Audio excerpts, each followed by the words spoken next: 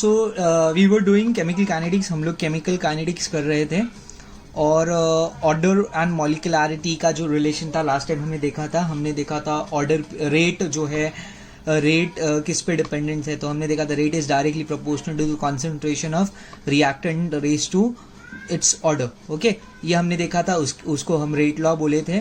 Okay, and then हमने order पे rate कैसे डिपेंड करता है वो देखा था, and what is molecularity, what is order, what are the different types of reaction on the basis of order. उसके बेसिस पे हमने किया था first order reaction, second order reaction, third order और सूडो फर्स्ट ऑर्डर रिएक्शन। ठीक है, ये 3 आपके सिलेबस में है। इवन जीरो ऑर्डर रिएक्शन ये भी आपके सिलेबस में है, जो मैंने आपको बताया था लास्ट टाइम। अब हमको क्या करना है, next is we are deriving formula for this type of equation. Okay, orders के लिए।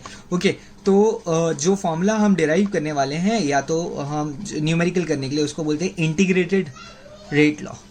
ओके, मतलब रेट लॉ का मुझे इंटीग्रेशन करना है, तो उसके लिए मुझे इंटीग्रेशन का बेसिक आना चाहिए। मतलब अभी जो मैं डिराइव करने वाला हूँ डेरिवेशन, उसके लिए इंटीग्रेशन का बेसिक आना चाहिए। ठीक है, तो मैं फटाफट इंटीग्रेशन रिवाइज कर रहा हूँ।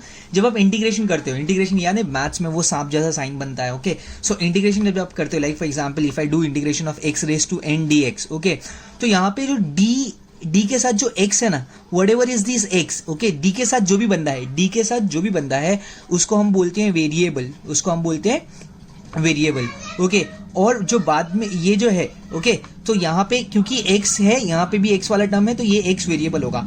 अगर मैं यहाँ पे लिखूं a dx, ओके, तो x है ये वेरिएबल है, बट यहाँ पे a वेरिएबल नहीं है, a और x सेम नहीं है, तो x a क्या हो जाएगा, कांस्टेंट हो जाएगा। तो फर्स्ट ऑफ ऑल मेरे को याद रखने का डी के साथ जो भी टर्म है वो वेरिएबल है। लाइक अगर मैं लिखता हूँ dv, ओके, सो v वेरिएबल, समझा, ये पहला थिंग। दूसरा याद रखने का है, फिर कुछ इंटीग्रेशन के फॉर्मुलाज मेरे को याद रखने का है।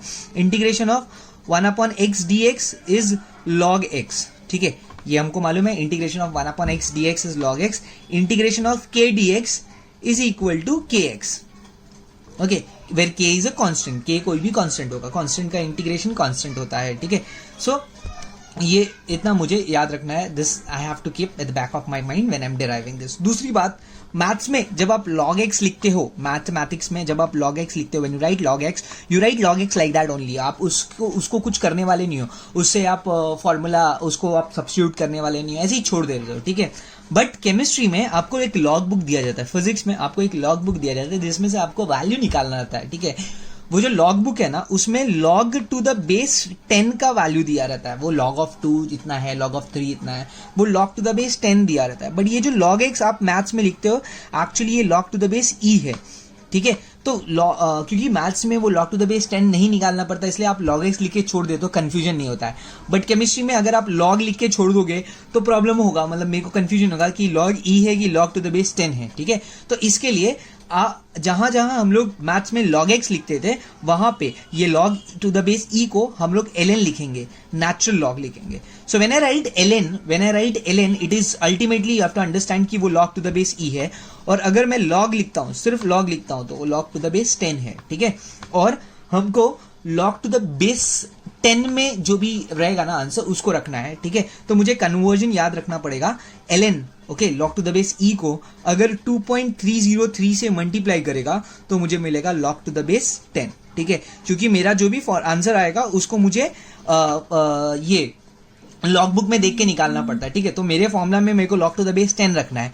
ओके, बट मैथ्स के फॉर्मूला में log to the base e आता है, इसीलिए उसको मैं मल्टीप्लाई करूंगा 2.303, कन्वर्जन फैक्टर है, जिससे मुझे मिलेगा log to the base e, log to the base 10, sorry. Okay, तो ये साइड बाय साइड मैंने साइड में ही लिखा है ताकि हमको याद रहे, और जब भी हमको जरूरत पड़े अभी ड्यूरिंग दिस प्रोसेस डेरिवेशन का, हम इसको रिमेंबर कर ले। ठीक है, सो लेट अस कंसिडर, थोड़ा ये भाषण लिखना पड़ेगा, मैं डायरेक्ट लिख रहा हूँ जो मैं बोल रहा हूँ। ओके, जो हम बोल रहे हैं वो डेरिवेशन में, this derivation is important from board point of view, तो बोर्ड में आ सकता है। तो हम कैसे करेंगे, हमको ऐसा लिखना पड़ेगा, consider a reaction A gives product. Okay, एक रिएक्शन कंसिडर करते हैं, A gives product, consider a first order reaction.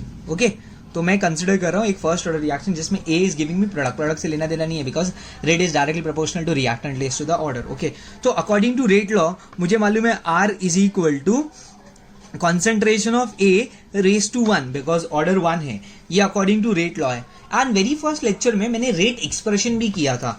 Okay आपको याद रहेगा तो r is equal to minus D A by D T. Okay दोनों में इफ यू सी दोनों तो रेट ही है, अगर इसको आप 1 लोगे and you take this as 2 you can see दोनों के लेफ्ट हैंड साइड सेम है, r is equal to a raised to 1 and r is equal to minus D A by D t. This is also an equation.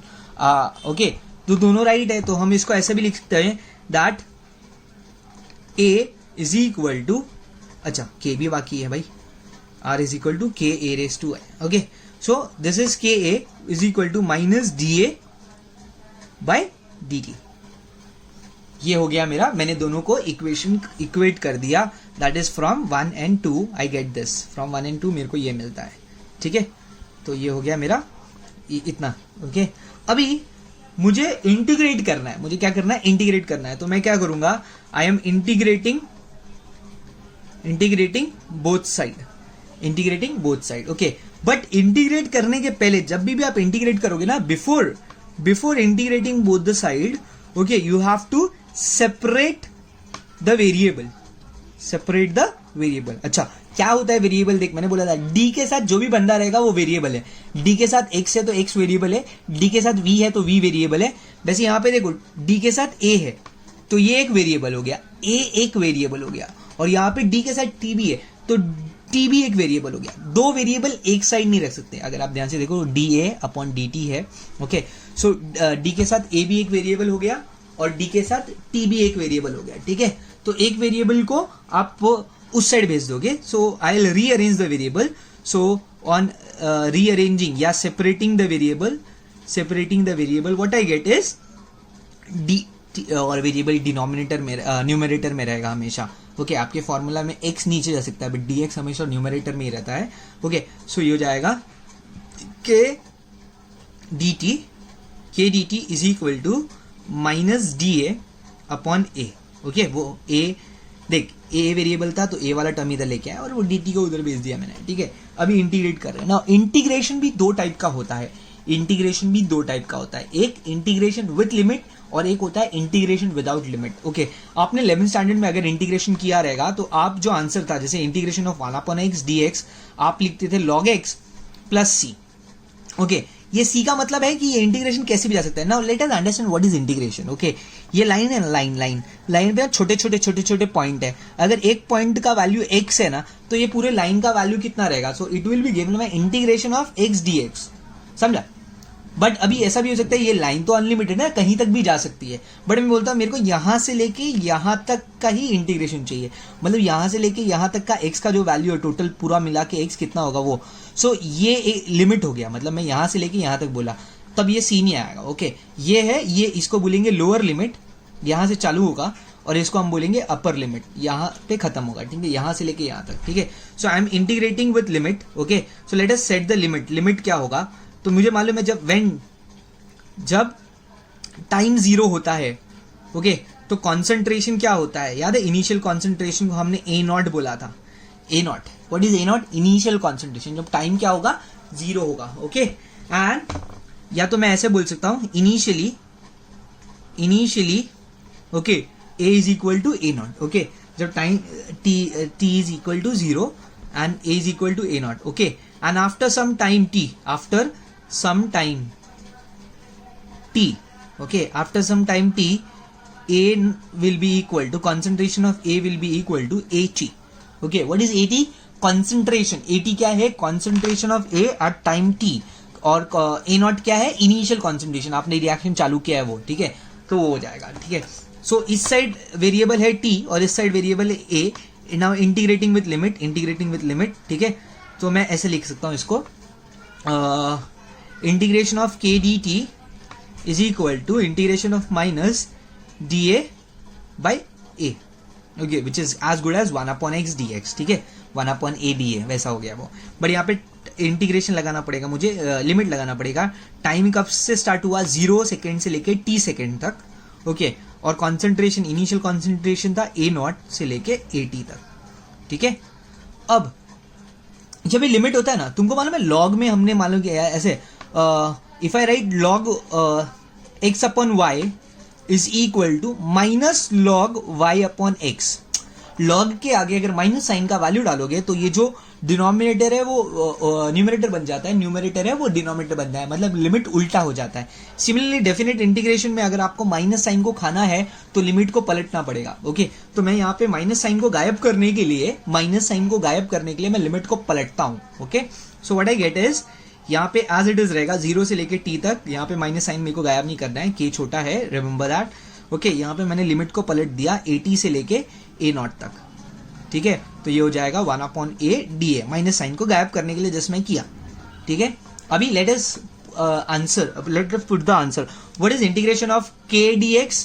मैंने आपको बताया था what is integration of k dx, kx। So what is integration of k dt? It will be kt। Okay, similarly what is integration of 1/x dx? log x नहीं बोलेंगे हम लोग, ln x बोलेंगे। क्या बोलेंगे? ln x। ठीक है, सो what is integration of 1/a dA? ln a। ठीक है, integration of 1/x dx is log x, तो वैसे integration of 1/a dA is log a। ठीक है, बट यहाँ पे क्योंकि मेरे को नेचुरल लॉग लिखना है तो मैं नेचुरल लॉग को मैंने पहले ही बोला मैं ln से रिप्रेजेंट करूंगा। अजी ये लिमिट का क्या करना है? अचार तो डालना नहीं है। ओके, सो ये लिमिट को क्या करना है, तो ये लोअर लिमिट को ऐसे लिखता हूँ 0 से लेके t तक, और यहाँ पे भी ब्रैकेट डाल के लिखता हूँ मैं a0 से लेके at से लेके a0 तक। ओके, नाउ इसका क्या मतलब है? अब आगे क्या करना है, you have to substitute variable के जगह पे पहले अपर लिमिट डालने का माइनस वेरिएबल के जगह पे लोअर लिमिट। मतलब यहाँ पे वेरिएबल क्या है? k के साथ है t वेरिएबल है, तो मैं अपर लिमिट डालता हूं, अपर लिमिट है t minus k into 0। What is k into 0 is 0। Okay, is equal to इस साइड भी ये वेरिएबल है, a वेरिएबल है, पहले क्या डालूंगा? Upper limit. सो ln a0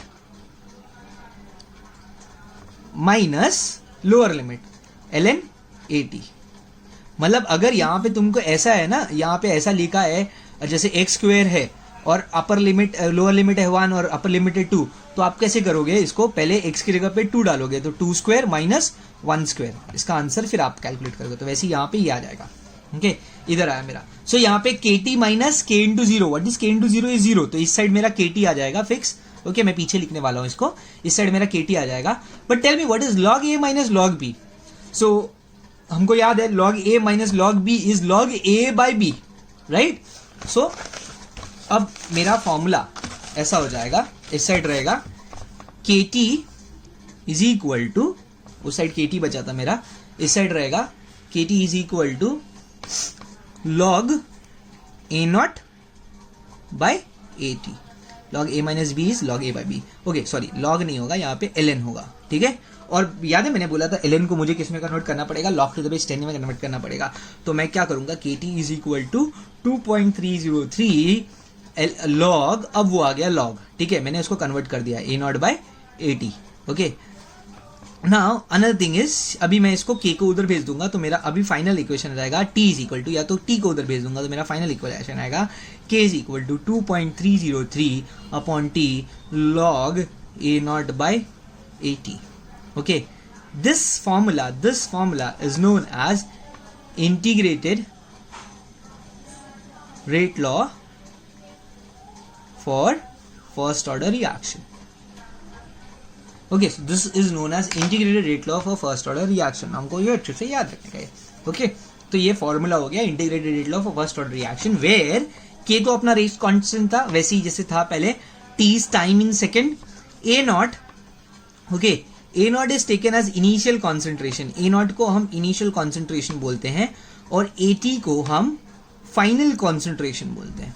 ओके, या तो इसको इससे अच्छे से याद रखो, बचा हुआ concentration.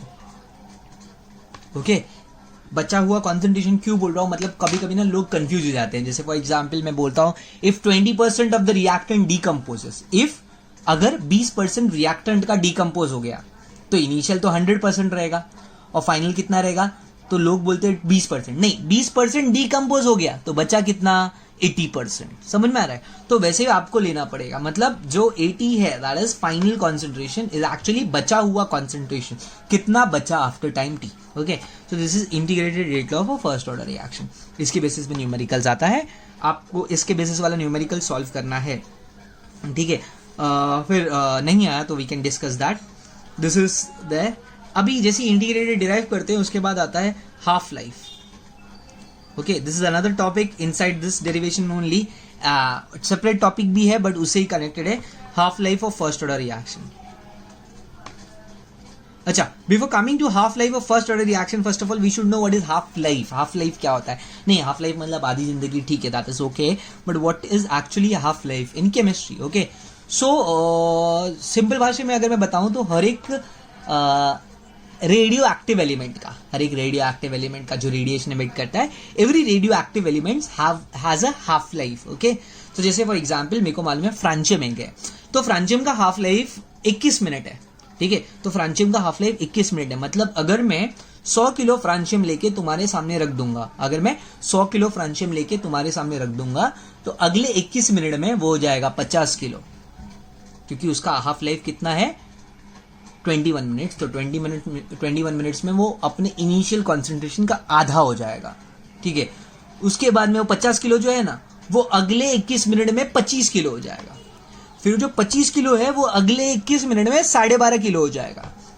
Okay, so if further you keep it, okay, that's 12.5 kg को अगर आप फर्दर रखोगे तो it become 6.25 kg in the next 21 minutes. Okay, so what do I conclude from this? What is half life? Okay, वो एक radio active substance का हो गया. वैसे हाफ लाइफ मतलब time taken by reactant, time taken by reactant to become half of its initial concentration. ठीक है, time taken by the reactant to become half of its initial concentration. जैसे for example आपने अगर एक reaction है, A gives you product, okay, तो उसका आपने ए का लिया, ए का इनिशियल कॉन्सेंट्रेशन लिया 20 moles. Okay, so T half will be 10 moles. कितने टाइम में होता है?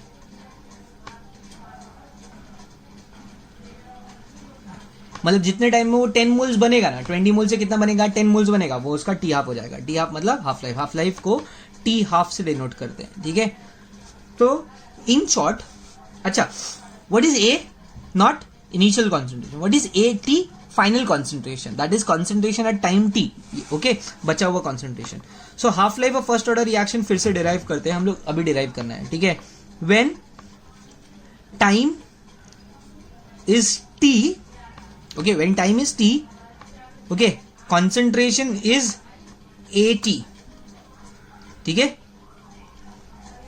when time is t half, concentration is a naught by 2.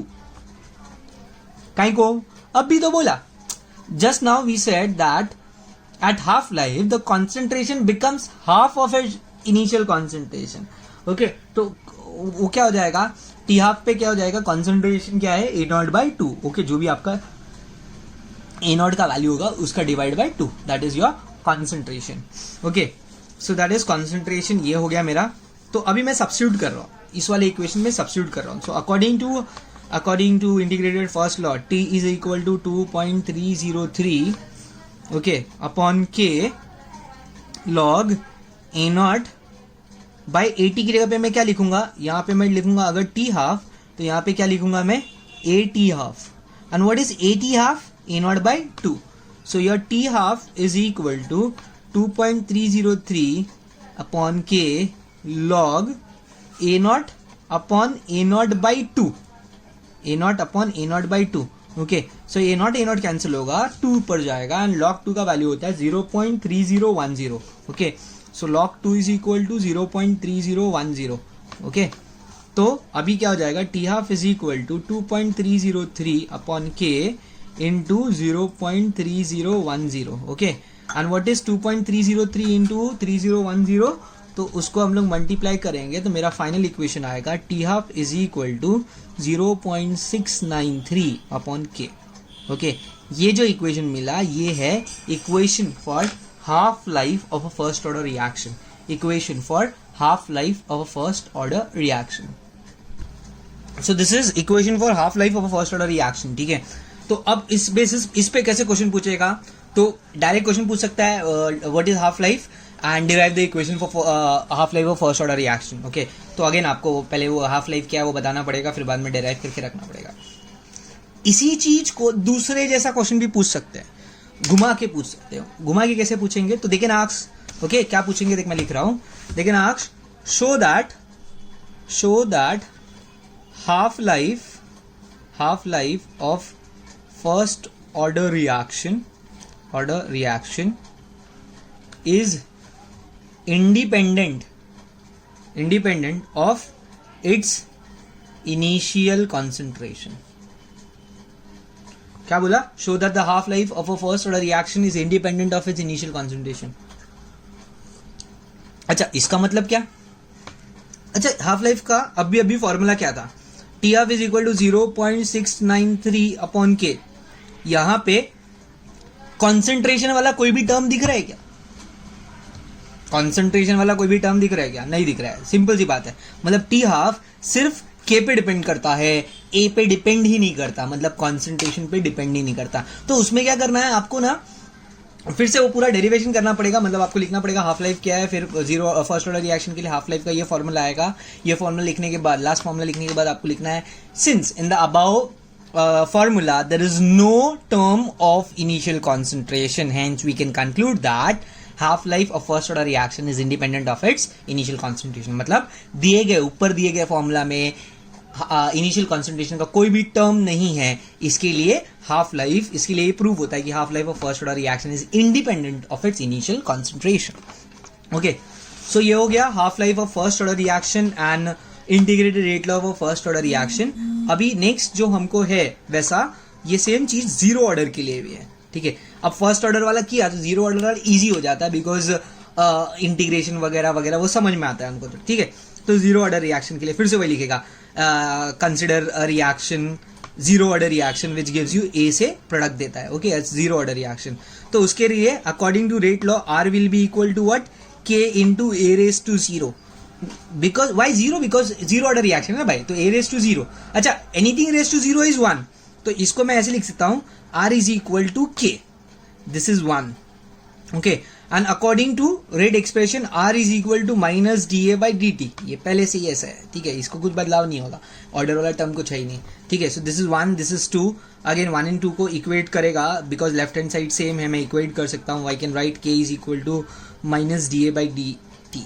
Okay, again separating the variables, मैं वेरिएबल सेपरेट करता हूँ, डी टी उधर चला जाएगा, K D T is equal to minus D A. Okay, बाकी कोई टेंशन नहीं है मुझे. Integration of D X is X. ठीक है, तो integration of D A will be A.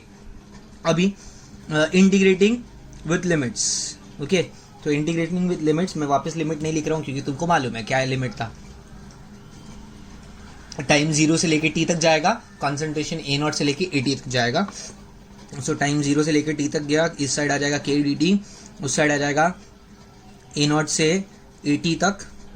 Okay, minus D A. Okay, and next step में क्या करना है तुमको मालूम है, माइनस साइन को गायब करने का. तो अपन लिमिट को क्या करेंगे, उल्टा कर देंगे. Okay, so the limit changes, so this become 0 से लेके t तक, K D T is equal to, यहाँ पे क्या हो जाएगा, ए टी से लेके it goes to A naught, और माइनस गया बाहर, सो सिर्फ बचेगा डी ए.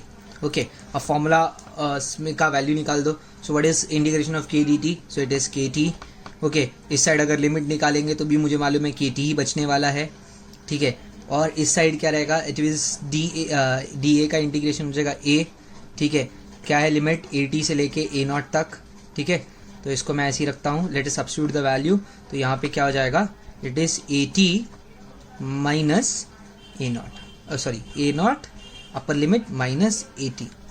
ठीक है, तो लॉग वॉग है नहीं तो वैसे ही रहेगा. सो फाइनल आ जाएगा K is equal to A naught minus A T upon T. This is integrated rate law for zero order reaction. या ये थोड़ा सिंपल है बिकॉज यहाँ पे वो लॉग वाला टर्म ही नहीं आया, तो इजी हो जाता है. So this is what integrated rate law for zero order reaction. ठीक है, इसका ही हाफ लाइफ भी कर लेते हैं. Okay, half life of zero order reaction. तो half life of zero order reaction आप कैसे करोगे, सिंपल थिंग है. मुझे मालूम है when T is equal to T half, जब टी हाफ होगा तो कॉन्सेंट्रेशन क्या हो जाएगा, ए नॉट बाई टू। ठीक है, तो let us substitute T half is equal to K, T इधर गया के इधर आया, T half is equal to A naught minus 80 की जगह पे क्या आ जाएगा, ए नॉट बाय 2। ओके, और ये आ जाएगा यहाँ पे नीचे आ जाएगा, ये क्या है अपना के था ना, सॉरी 2 एज इट इज, और यहाँ पे आ जाएगा के। Okay, so now what is 1 minus आधा, A naught minus A naught by 2, it is as good as 1 minus 1 by 2 which is half. Okay, so ये बच जाएगा A naught by 2, so A naught by 2 के, so T half is equal to A naught by 2 के। ये आ गया मेरा half life of first order reaction. अगर यहाँ पे ध्यान से देखोगे तो यहाँ पे ए नॉट वाला टर्म आ रहा है, मतलब for zero order reaction the rate, for zero order reaction the half life of half life will depend upon A not and it is in fact directly proportional, वो डिपेंड कर रहा है। ओके, फर्स्ट ऑर्डर में वो term ही नहीं था, यहाँ पे वो टर्म है, मतलब यहाँ पे वो के पे भी डिपेंड करेगा और ए नॉट पे भी डिपेंड करेगा। ओके, तो इस पर्टिकुलर लेक्चर में हम इतना ही करेंगे। हमने 2 इंपॉर्टेंट डेरिवेशन किया, actually 4, integrated rate law for first order reaction, half life for first order reaction, फिर integrated rate law for zero order reaction, half life for zero order reaction. चारों important है from board point of view. Easy है, अगर आपको flow एक का समझा तो चारों समझ जाएगा। ठीक है, इसमें एक और चीज है, हाफ लाइफ का डेफिनेशन याद रख लेना, because they can ask define half life क्या होता है, वो पूछ लेंगे। इसके बेसिस पे न्यूमेरिकल है, वो सॉल्व करने को ट्राई करो। In the next lecture I will start with numericals, मैं न्यूमेरिकल्स करूंगा सॉल्व और उसके बाद आगे बढ़ूंगा। ठीक है, थैंक यू।